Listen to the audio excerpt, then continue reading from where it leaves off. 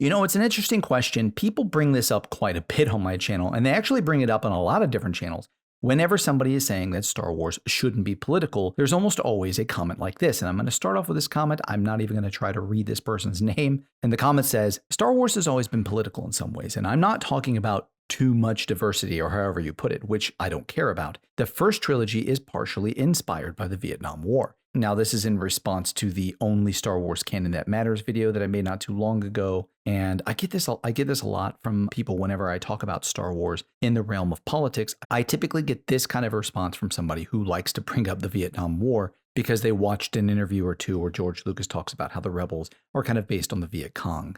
Now, before we get started with these comments, I really want to thank you guys for watching this video, and I want to ask if you'll please like and subscribe. I am trying to grow this channel as fast as possible, and YouTube is making it a little bit difficult, and I'm going to explain a little bit more of that on the back end of this video. So let's get started. And this is a pretty big problem that I think that we have with people understanding what the original Star Wars is about. And going into the future of Star Wars with Disney, we are starting to see a lot of people who just kind of believe that because the new Star Wars movies are explicitly political to one side of the aisle, that somehow this matches up because George is kind of a lefty. George has always kind of made Star Wars somewhat political. And I think this just isn't a true statement. I think this is something that has a massive misunderstanding between somebody who put political tropes and inspirations into his movies, but still made the foundation of his story timeless, versus somebody who is making a story overtly political. And it's a belief thing. It's a belief thing that has changed, shifted over time. While George Lucas obviously is this kind of 60s anti-government, anti-war guy, he also is a guy who believes, and remember he was mentored by Joseph Campbell, that the hero's journey is a timeless tale, and you can't really change up the timelessness of that tale without there being consequences. And we're seeing that today. I don't think Star Wars would be where it is now. I don't think there ever would have been a sell to Disney. I don't think there ever would have been prequels had George Lucas not made this story timeless. And I know a lot of people really give a lot of credit to the graphics and to the amazing effects that they put into that movie and how nobody had ever seen anything like that at the time. But there does actually have to be characters that you care about in order for the story to be continued. And that's something that we did get with the original trilogy. And that's the part that gets missed a lot. Just because some dialogue is not necessarily the best, the story itself is very good. And timeless is the key. The reason why Disney's Star Wars isn't timeless is because the foundation is political. And the reason why the original Star Wars is timeless is because the foundation is apolitical. That doesn't mean that George Lucas didn't put political things in there. And I urge this writer of this comment and any writer out there who likes to tell me that Star Wars is about the Vietnam War or about the war in Iraq and Afghanistan, you should watch more interviews than the ones that seem to fit your political narrative. There are different interviews that he does. In all of those interviews, George Lucas, I love George Lucas, and I love all the things that he's done with Star Wars. I think that he's made the most timeless and the most mythic movies that will ever exist. I really do believe that. But I also believe that George is human, just like everybody else. He's not some saint or something like that. He makes mistakes.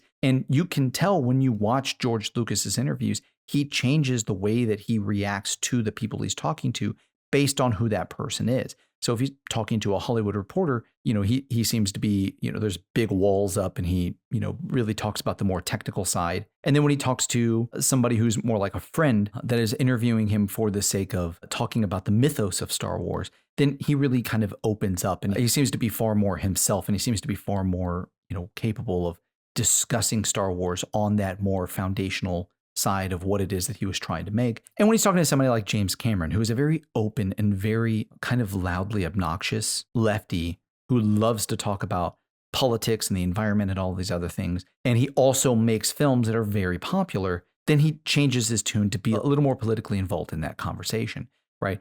He'll be more open about the fact that the rebels are modeled after the Viet Cong.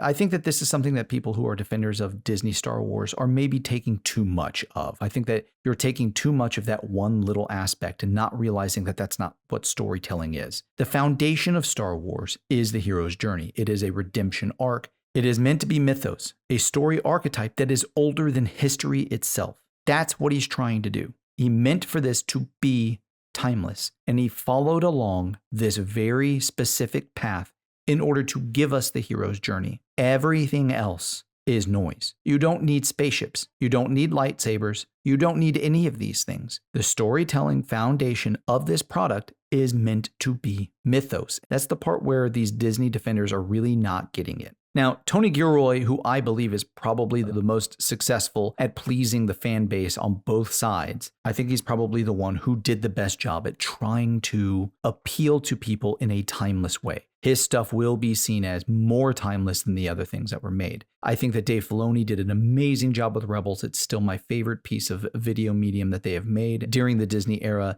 because he's following the hero's journey. There is a little bit of the political stuff in there, but for the most part, Rebels is pretty darn watchable. And Rebels is pretty apolitical, and Rebels is pretty timeless because he's telling the hero's journey. And then you have Timothy Zahn, who made the new and the old Thrawn trilogy, and the new one is just so good.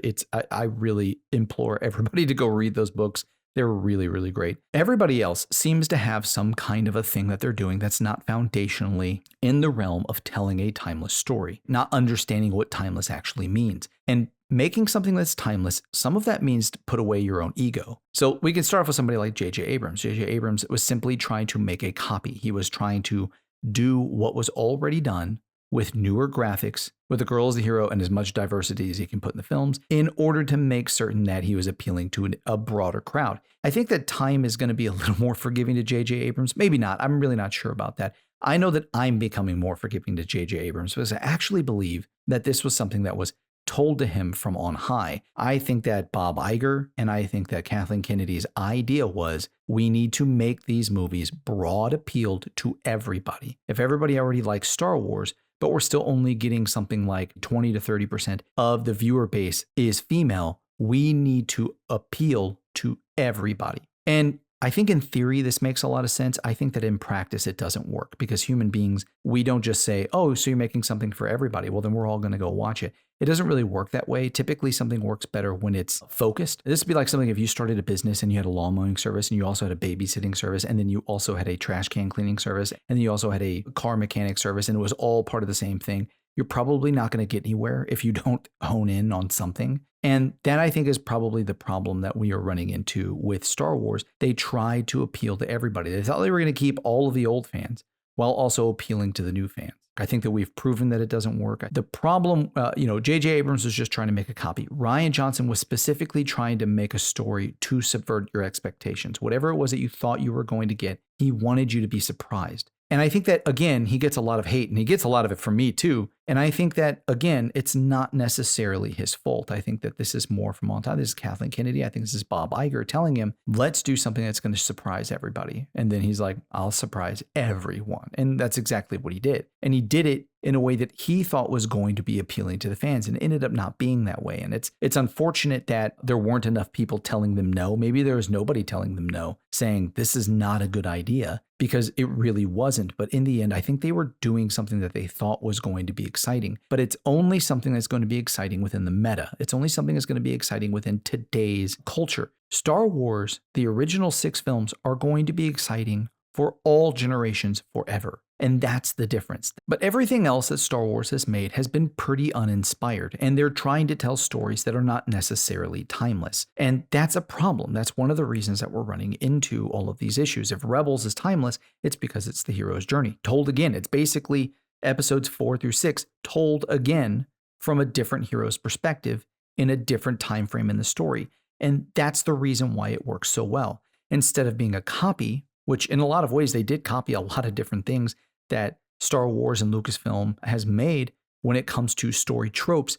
But when it comes to the story itself, it is following the hero's journey. That is something that is timeless for everybody. It's the reason why Harry Potter is so good. It's the reason why some of the Marvel movies are as good as they are. The hero's journey doesn't change, right? The reason why all of these stories are great is because the hero's journey is timeless. The reason why Rogue One and Andor's season 1 and 2 are so good is because it's about an insurrection. It's about the beginnings of a rebellion, which again is a timeless story. It may not be necessarily matching with what it is that Star Wars was originally meant to be, but it's still timeless first and then political second. All of these other stories, they're just not made that way. They're not made in a way that's meant to be timeless. They're made in a way that's meant to be of the time. That's the difference. Star Wars is not about Vietnam. Star Wars is not about Afghanistan. It's not about Vietnam. It's not about Dick Cheney. It's not about Nixon. It's not about Johnson. It's about heroes. It's about good versus evil. In order for you to be timeless, you have to get out of your own way. One of the things that I notice whenever I watch George Lucas interviews is that George Lucas kind of has an ego on him. I don't think that you really get away from that when you've made something as big as he's made. You definitely will get an ego on you. But one thing that George Lucas has always done that's amazing, that is probably the least egotistical thing that a person can do, is to get out of your own way with storytelling, to not think that your own storytelling is going to trump the storytelling that has been going on for thousands of years. That's something that George Lucas did understand, and that's something that modern storytellers do not. J.J. Abrams was just making a copy. Rian Johnson was just trying to subvert everybody's expectations and tell his own story. Leslie Headland is trying to tell everybody that moral ambiguity is absolutely the wave of the future. Some of them are just stories in order to get people to watch more and buy more stuff. And even The Mandalorian, which I think was a very good success for the first 2 seasons, but even The Mandalorian is just there to get people to watch, to be excited by all of the graphics and by the fun story, but not to be timeless. George Lucas set out to make Star Wars timeless. These people that are making Star Wars today are looking to make Star Wars to be a message or to be a merchandising machine or to get billions of dollars at the box office. That's what Star Wars is about now. So whenever you're telling me that these things are about, that George Lucas had made something about the Vietnam War, Star Wars has only ever been about mythos. It's only ever been about awakening spirituality in young people, which is timeless.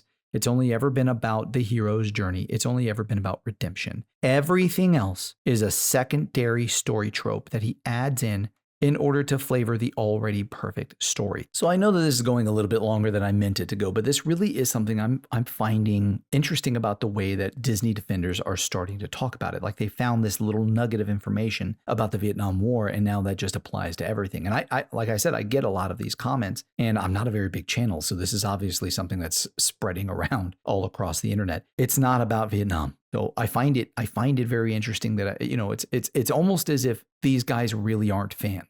And I'm not trying to, if you're a Disney fan, I'm not trying to hammer you like you're some evil person, but it is really interesting. It's almost like you guys aren't fans in the same traditional sense as the people who watch all the interviews, the people that watch all the makings of, the people that understand where the mythos comes from, to understand all of the different aspects about Star Wars and how the story came about. And it seems like you're just trying to do whataboutism instead of actually trying to understand what's really going on. Okay, this went a little bit longer than I meant it to go. I'm probably going to have to cut a lot of this out. But I want to get to a couple of other comments. I'm going to try to do this as rapid fire as I possibly can. This one's from Chase Hedges. He says, Aubrey Miller as Sindel from Ewoks, The Battle for Endor is a better and well-written character than Rey Palpatine. Hilarious and great. Held Deliver says, in my opinion, there's G, George canon, and D, Disney canon. After they retconned the Chosen One prophecy, they can never be the same. I haven't given Disney a dime of my money since 2019. It's a very smart move. I'd be in the exact same boat as you if I didn't do this for my channel. But absolutely. And I even agree with this in the realm of the George canon, the Disney canon.